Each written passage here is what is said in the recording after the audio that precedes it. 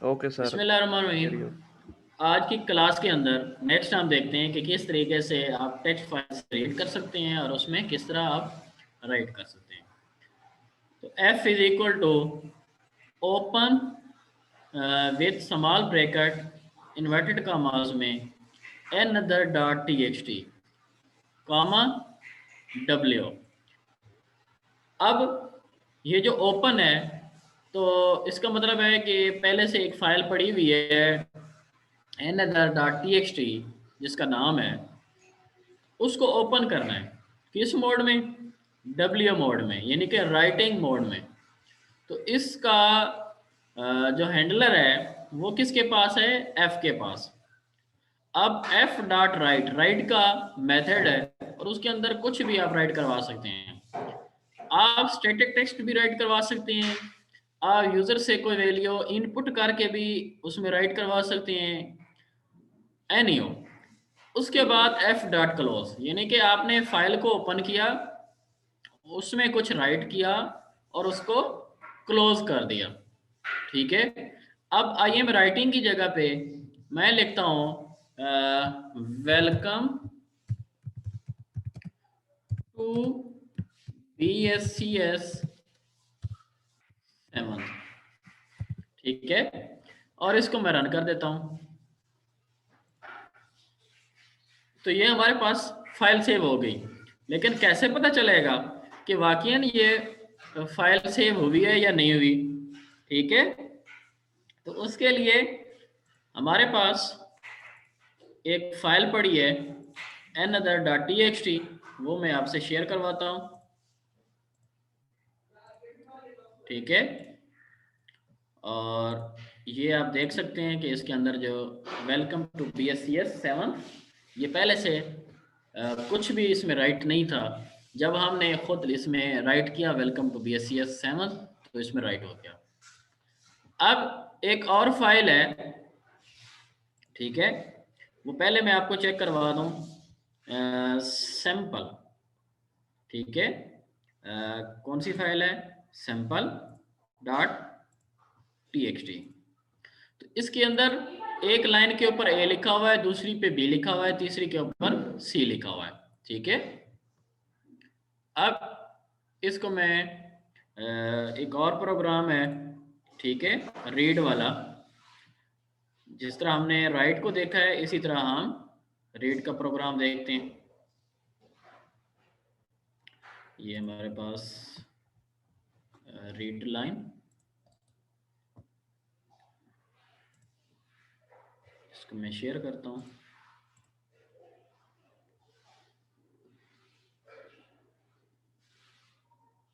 Read line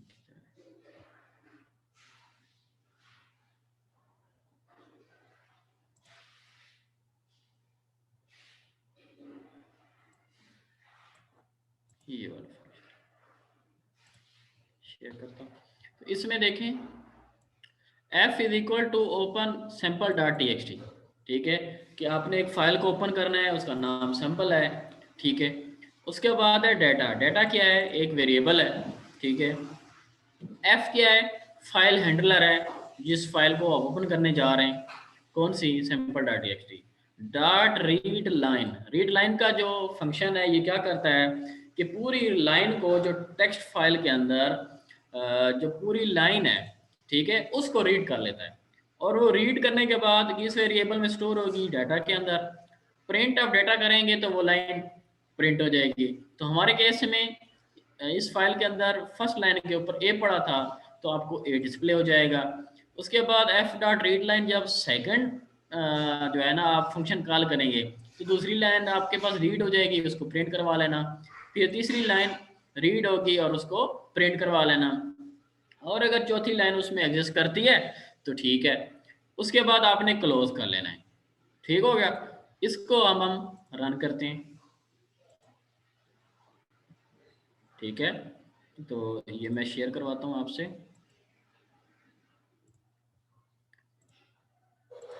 तो ये देखें ABC, तो हमारे पास 3 लाइनें थी, 4 लाइनें हम रीड कर रहे थे, चौथी लाइन के ऊपर कुछ करैक्टर या कोई डाटा पड़ा ही नहीं था तो इसलिए वो शो नहीं हुआ। उसके बाद जो हमारे पास हम एन अदर एग्जाम्पल, ठीक है, डॉट टी एक्स टी के अंदर जो कुछ भी प्रिंट करवा चुके थे उसको भी साथ मैंने रीड करवा लिया। क्लियर? ओके।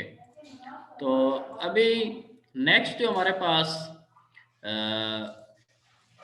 टास्क है वो ये है कि क्लास किस तरीके से हम पाइथन के अंदर क्लास बनाते हैं, ठीक है, और फिर उसके बाद इनहेरिटेंस और multiple inheritance, multi level inheritance उसको देखते हैं।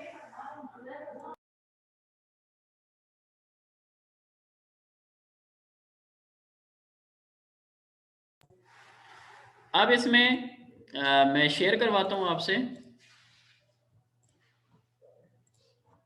क्लास कि आप किस तरीके से पाइथन के अंदर क्लास को डिफाइन कर सकते हैं। क्लास कीवर्ड है, ठीक है, उसके बाद आपने जो नाम रखना है क्लास का, लाइक एम्प्लॉय, उसके बाद कॉलन। तो कॉलन का मतलब है कि यहाँ से क्लास की बॉडी शुरू हो गई है। उसके बाद company is equal to Google. आपको आइडिया है कि किसी भी जो में हम पढ़ते हैं कि क्लास के अंदर दो चीज़ें होती हैं, एक होता है डेटा मेंबर और एक होता है मेंबर फंक्शन। डेटा मेंबर्स आपके वेरिएबल्स होते हैं, आपके करेक्टरिस्टिक्स होते हैं, लेकिन जो मेंबर फंक्शन होते हैं वो बिहेवियर होता है क्लास का, ठीक है। तो अब कंपनी ये क्या है, डेटा मेंबर है और इसको हमने स्टैटिक वैल्यू दे दी है गूगल। उसके बाद क्लास के अंदर कंस्ट्रक्टर होता है। कंस्ट्रक्टर एक भी हो सकता है, दो भी हो सकते हैं, चार भी हो सकते हैं, ठीक है। अब अगर विद नो पैरामीटर है तो आपने जो फंक्शन जो कंस्ट्रक्टर बनाना है, जस्ट उसके अंदर एक ही पैरामीटर होगा जिसको हम लिखेंगे सेल्फ। लेकिन अगर आपने कंस्ट्रक्टर के अंदर दो तीन वेरिएबल्स को की वैल्यूज को इनिशियलाइज करना है, ठीक है, तो आप क्या करेंगे, उसके कामा के बाद, सेल्फ कामा के बाद वो वेरिएबल्स डिफाइन कर देंगे। अब self dot name, self dot salary, self dot sub unit, ये क्या होगा कि आपके पास ये जो वेरिएबल्स हैं, डेटा मेंबर्स हैं, इनकी वैल्यू इनिशियलाइज हो गई। कैसे इनिशियलाइज होगी? जब ये क्लास का ऑब्जेक्ट हम क्रिएट करेंगे तो उसमें हम तीन वैल्यूज पास करेंगे, नेम, सैलरी और सब यूनिट। ये तीन वैल्यूज नेम, सैलरी और सब यूनिट को क्या होंगी, इनिशियलाइज हो जाएंगी। उसके बाद तीसरा एक और कंस्ट्रक्टर के बाद हमने फंक्शन हम अभी देख चुके हैं कि df का रिजर्व्ड कीवर्ड है। उसके बाद आपने फंक्शंस का नाम देना है और स्मॉल ब्रैकेट्स में अगर कोई पैरामीटर है तो आप राइट करेंगे, अदरवाइज सेल्फ ही लिखेंगे, ठीक है। उसके बाद हमने इसको प्रिंट करवा लिए। प्रिंट क्या करवाया कि अभी जो नेम, सैलरी और सब यूनिट जो हमने इनिशियलाइज किया है, जब हम इसका ऑब्जेक्ट बना रहे थे, तो self dot name, self dot salary और सेल्फ डॉट सब यूनिट उसको डिस्प्ले भी करवा दिए। एक और है गेट सैलरी, उसके अंदर एक पैरामीटर है सिग्नेचर का, तो वो भी हम राइट करवा सकते हैं। इसी तरह ग्रेड और टाइम। तो क्लास के अंदर किस तरीके से हम कंस्ट्रक्टर को डिफाइन कर सकते हैं, किस तरीके से हम फंक्शन को डिफाइन कर सकते हैं, और डेटा मेंबर्स क्या हैं, मेंबर फंक्शंस क्या हैं, विद नो पैरामीटर फंक्शन क्या होते हैं, उसमें जस्ट सेल्फ होता है, या सेल्फ भी आप ना लिखें, ठीक है, जैसा कि ग्रेड और टाइम है। उसके अलावा विद पैरामीटराइज्ड भी फंक्शंस होते हैं। अब ये तो हो गया क्लास का स्ट्रक्चर कि किस तरीके से आपने क्लास बनानी है, उसके अंदर किस तरह आपने फंक्शन डिफाइन करना है। अब नेक्स्ट है कि क्लास का ऑब्जेक्ट किस तरह आपने बनाना है। तो बिल्कुल उसी तरीके से है, ठीक है। ये हैरी जो है ये एक ऑब्जेक्ट है किसका, एम्प्लॉय क्लास का। तो Harry is equal to employee और स्मॉल ब्रैकेट्स के अंदर आपने क्या दे दिए, कंस्ट्रक्टर्स की वैल्यूज दे दी हैं। अगर विद नो पैरामीटर कंस्ट्रक्टर होता तो आपको ये वैल्यूज देने की जरूरत नहीं थी, ठीक है। अब क्योंकि आपने एक कंस्ट्रक्टर बनाया है और उसके अंदर तीन वैल्यूज हैं, ठीक है, तो आपको ये तीन वैल्यूज यहाँ पे इनपुट करना जरूरी है, ठीक है। उसके बाद हैरी डॉट गेट डिटेल्स, जब आप गेट डिटेल्स का फंक्शन कॉल करेंगे तो गेट डिटेल्स के अंदर जो कुछ भी पड़ा है वो आपके सामने शो हो जाएगा। इसी तरह अगर आपने हैरी डॉट टाइम करना है तो टाइम का फंक्शन कॉल हो जाएगा।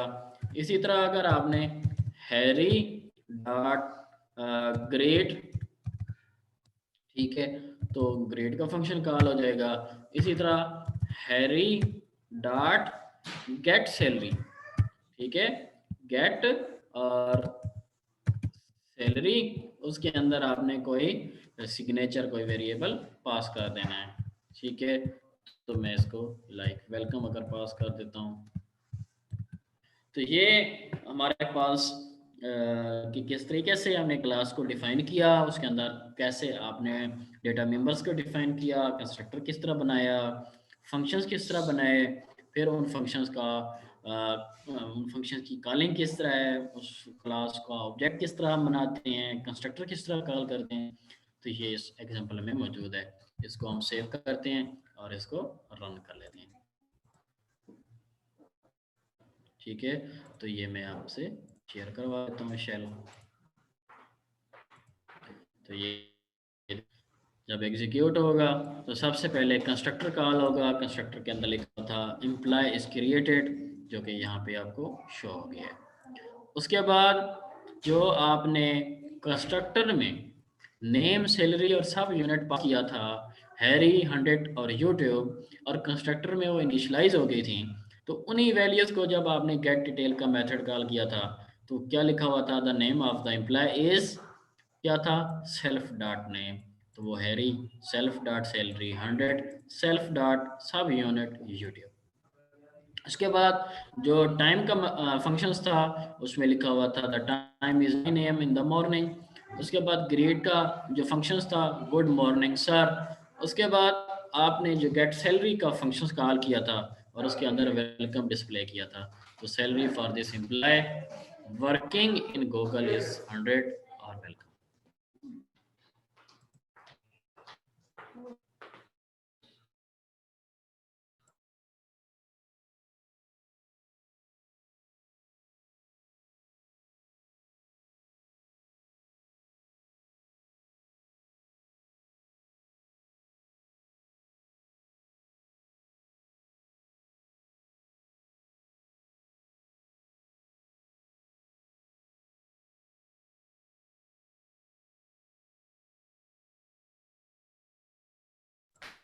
सर एक क्वेश्चन है।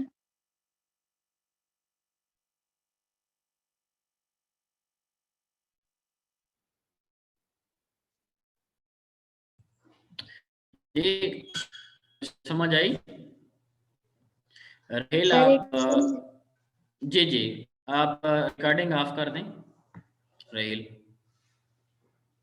जी, क्वेश्चन पूछें उसमें रिकॉर्डिंग कर लें रहेल।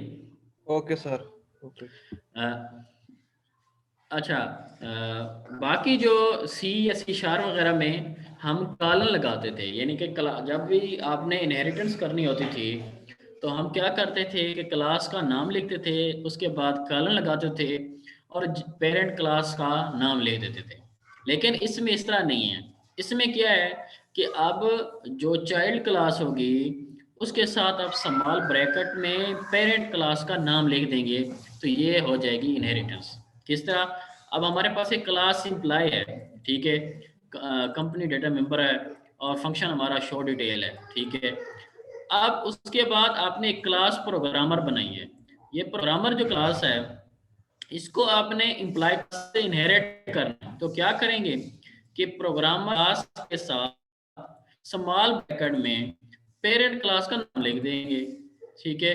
तो उससे क्या होगा कि प्रोग्रामर क्लास एम्प्लॉय की क्लास से इनहेरिट हो रही होगी। क्लियर? उसके बाद एंड पे देखें इक्वल टू एम्प्लॉय। अब आपने एम्प्लॉय क्लास का कंस्ट्रक्टर बनाया, ठीक है, और क्योंकि इसके अंदर तो कंस्ट्रक्टर मौजूद ही नहीं था तो क्या किया, विद नो पैरामीटर वाला कंस्ट्रक्टर कॉल हो जाएगा automatically. E dot show detail कि एम्प्लॉय का जो ऑब्जेक्ट ई था उसके थ्रू उसका शो डिटेल्स का जो मेथड था वो कॉल कर दिया। उसके बाद p is equal to programmer, ये प्रोग्रामर क्लास थी, ठीक है, उसका ऑब्जेक्ट बनाया p, और इससे जब हम p डॉट शो डिटेल करेंगे तो आपके साथ जो प्रोग्रामर वाला है, ठीक है, जो फंक्शन है शो डिटेल, वो शो हो जाएगा। p डॉट कंपनी, अब कंपनी जो है ये चाइल्ड क्लास का डेटा मेंबर नहीं है, लेकिन क्योंकि ये इनहेरिट हो रही है तो p डॉट कंपनी जब करेंगे तो आपको जो पेरेंट क्लास का डेटा मेंबर है वो शो हो जाएगा। इसको हम रन करते हैं तो ये मैं आपको शेयर करवा देता हूँ।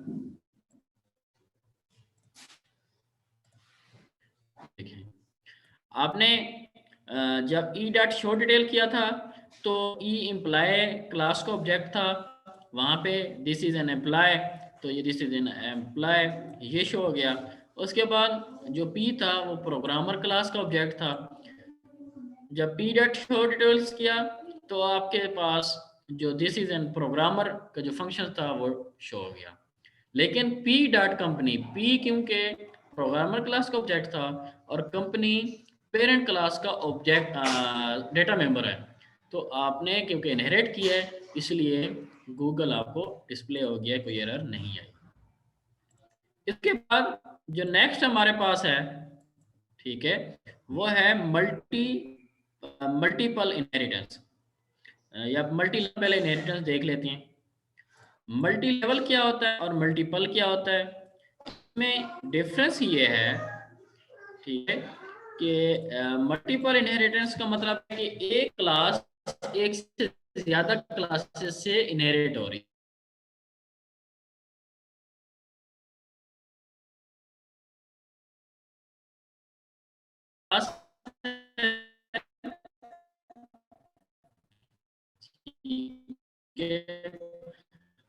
और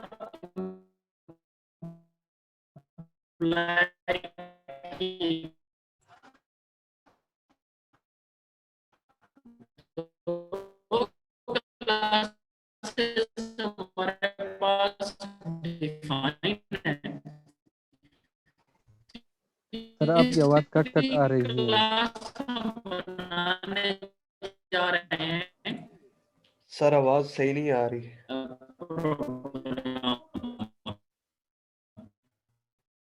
तो ये प्रोग्राम दो क्लासेस से हम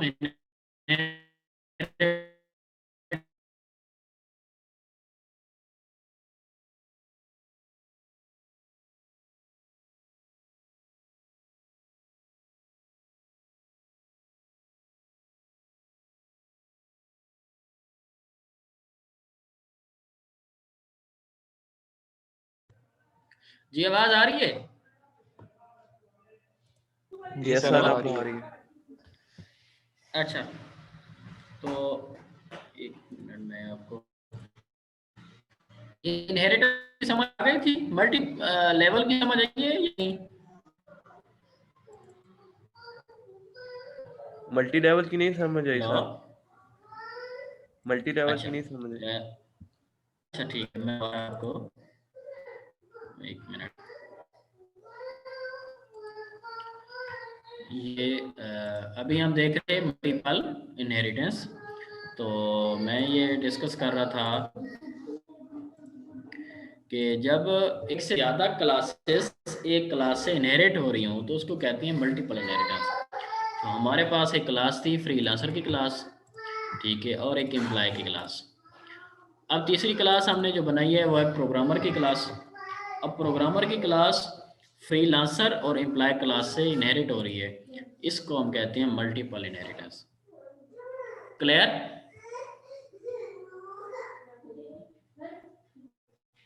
हेलो, यस सर। ओके। अब सेकंड है multi level inheritance. Multi level inheritance क्या है कि हमारे पास एक क्लास है पर्सन की क्लास, उसमें डेटा मेंबर हमारे पास कंट्री है और फंक्शन जो है वो है टेक ब्रीथ, ठीक है। उसके बाद हमने एक और क्लास बनाई है एम्प्लॉय की। अब एम्प्लॉय क्लास को हमने किससे इनहेरिट किया? पर्सन से, ठीक है। इसके अंदर गेट सैलरी और टेक ब्रेथ दो फंक्शन डिफाइन कर दिए। अब हमने तीसरी क्लास बनाई है, वो है प्रोग्रामर की। अब प्रोग्रामर की क्लास क्या है? प्रोग्रामर की क्लास को फिर हमने एम्प्लॉय की क्लास से इनहेरिट कर लिया है, ठीक है। तो इसको कहते हैं मल्टी लेवल। प्रोग्रामर एम्प्लॉय से इनहेरिट हो रहा है, एम्प्लॉय पर्सन से इनहेरिट हो रहा है। अगर इस तरह हो तो उसको कहते हैं मल्टी लेवल। अगर एक क्लास से इससे ज्यादा क्लासेस से इनहेरिट हो रही हो तो उसको हम कहते हैं मल्टीपल इनहेरिटेंस। क्लियर?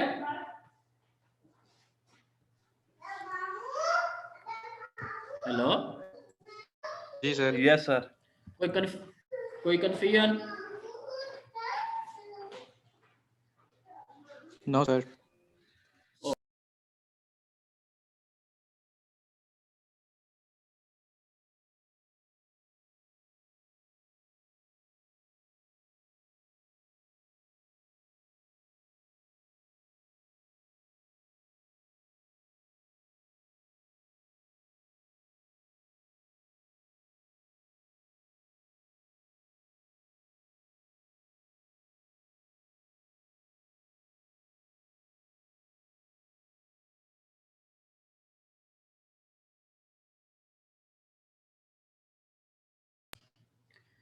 जी समझ आ गई?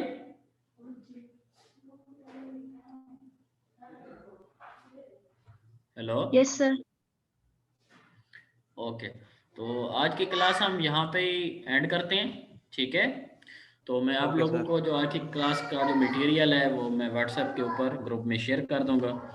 और आप लोगों को जो मैंने टास्क दिया था, जिसने परफॉर्म कर लिया वेल एंड गुड, जिसने नहीं किया तो रहेगा, आप रिकॉर्डिंग बंद कर देना।